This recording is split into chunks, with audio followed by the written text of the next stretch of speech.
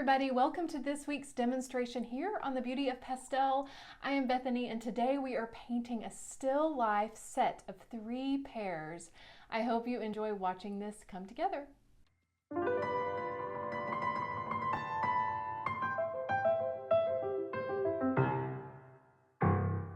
When I painted the scene that you're going to see me do, I had more window light than the reference photo that I'm going to pop up here.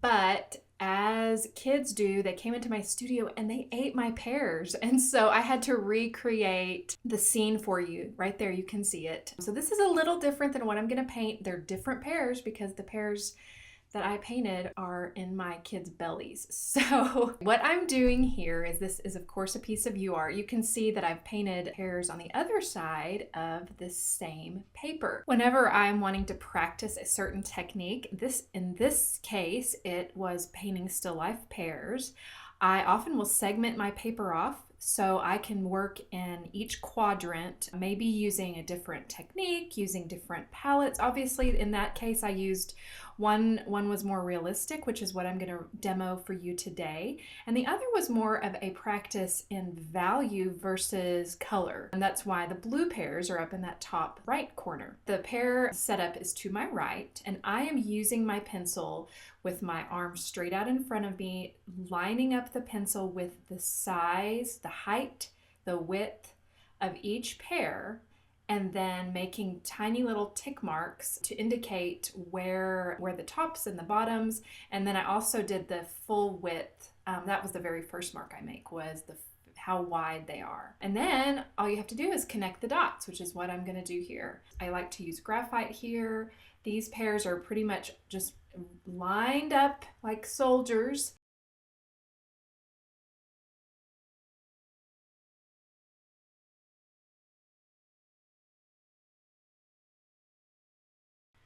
And now I'm going to start with a pastel. I am going to do an alcohol wash underpainting here.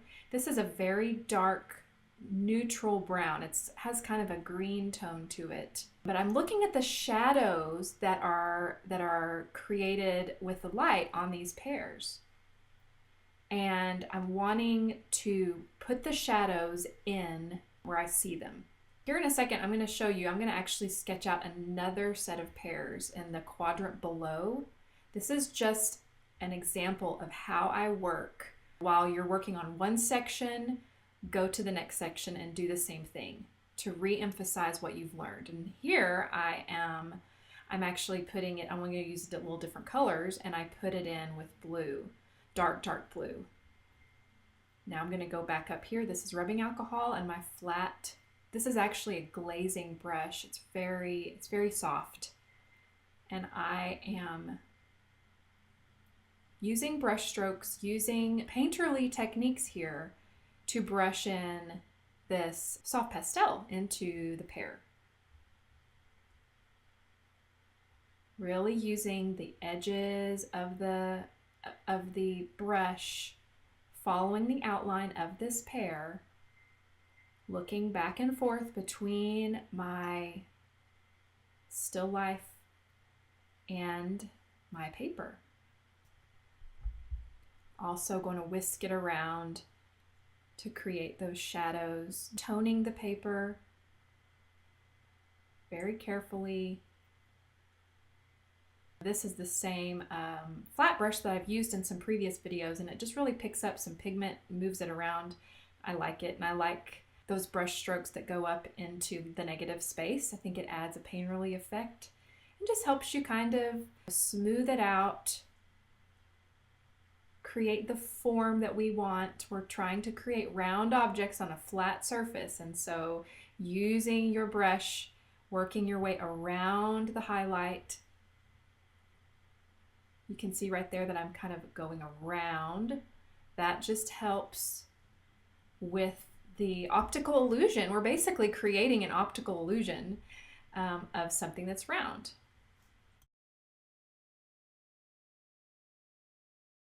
Now I'm continuing to bring in some soft pastel. This is a very dark, neutral violet, like brownish violet, and also a dark, very cool green. And I'm really looking at the shadows here and the colors that I see in the shadows. This is where direct observation comes in so handy because you can really see the hue of the shadow, and especially in a pear, when one that's very ripe, there's a lot of red and orange purples in it, and those are really fun to paint. I like to paint those colors first and then kind of layer on the top greens, because usually the greens are a little brighter in value. And so that's what I'm doing here, just going back and forth, bringing in brighter values, using kind of the same concepts as whenever I'm painting a landscape, which is working dark to light and cool to warm. I have kept pretty much all of the areas where there's going to be major highlights. I've kept it pretty raw paper, and that's just so I can preserve where those bright spots are.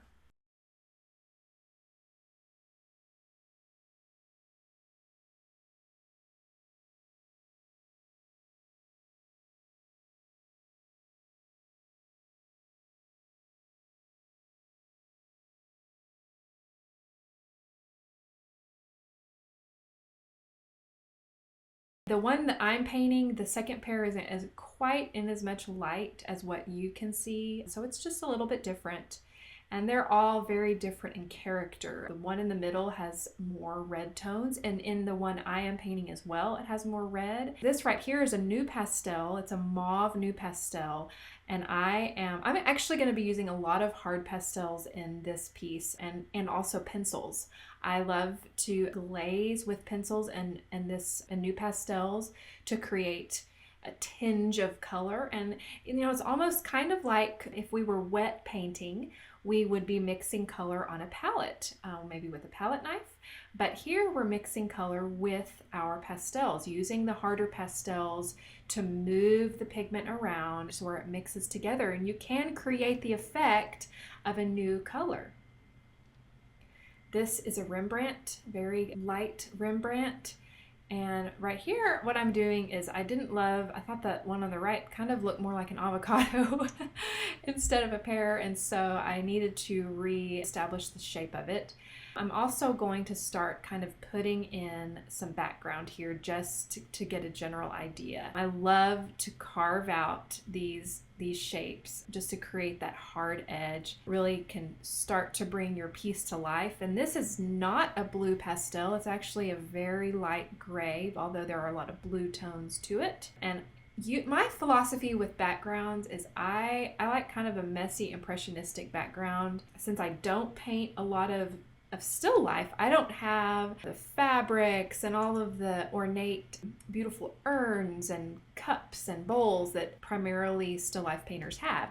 And so this is going to be a pretty basic background. That's a harder, darker Rembrandt that I'm using right there. And what I am looking at is the shape of the shadow on that board in behind my pears.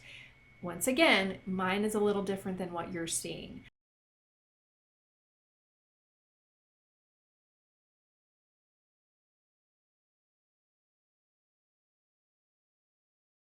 I'm bringing in some pastel pencils, and I'm going to start really working on these shadows and the highlights, layering these colors. That is a Townsend thin line pastel. I love Townsend pastels. Kind of tapping just to reveal tooth if I think it's getting a little too thick.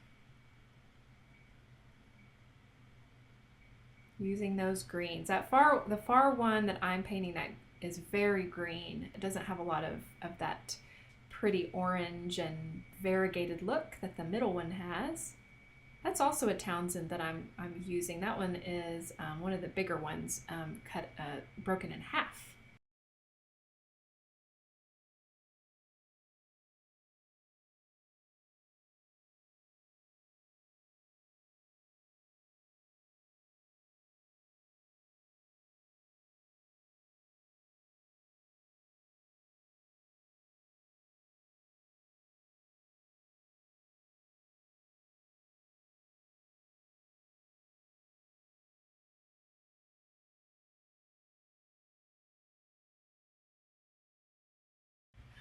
I love the Carbothello brand of pastel pencils. Now I have to say that it's the only pastel pencil I've ever used, so I can't compare it to another brand.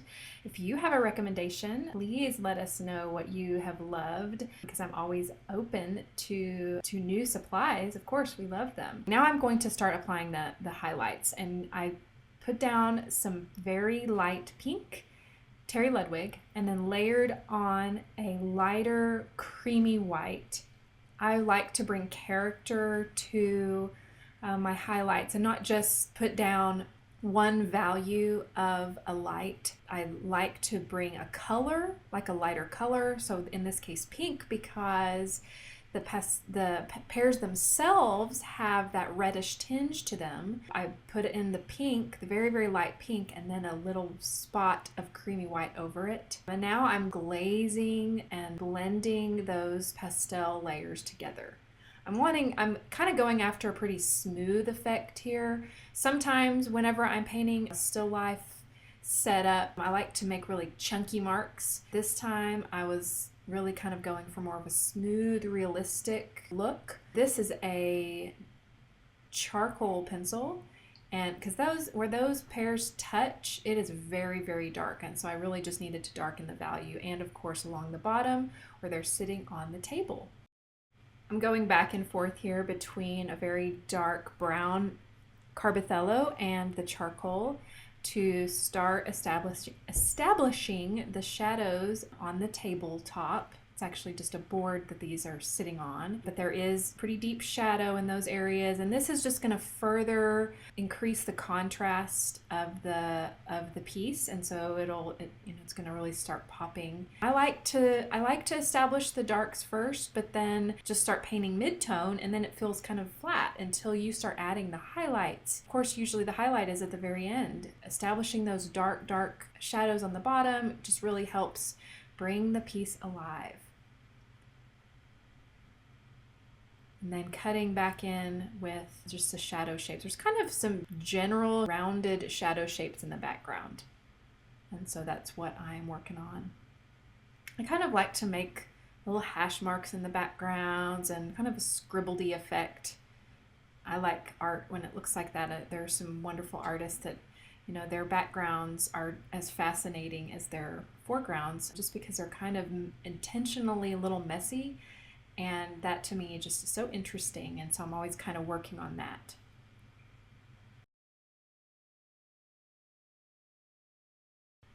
Really looking at these, adding just touches, trying to get there is a reflection from each pear has a reflection of the pear next to it. And so using that yellow in those shadow mark areas indicates that. Might be kind of hard for you to see. And I also changed a little bit of that avocado pear on the far right. I changed the top of it a little bit to be more angled, like the one that I'm looking at. And I'm just going to kind of blend that line in to where you can't really tell. Of course, the last thing I like to do is add the stems. Those deep sections of the pear. Thank you so much for watching this video. I hope you learned something. If you did, please give this a like.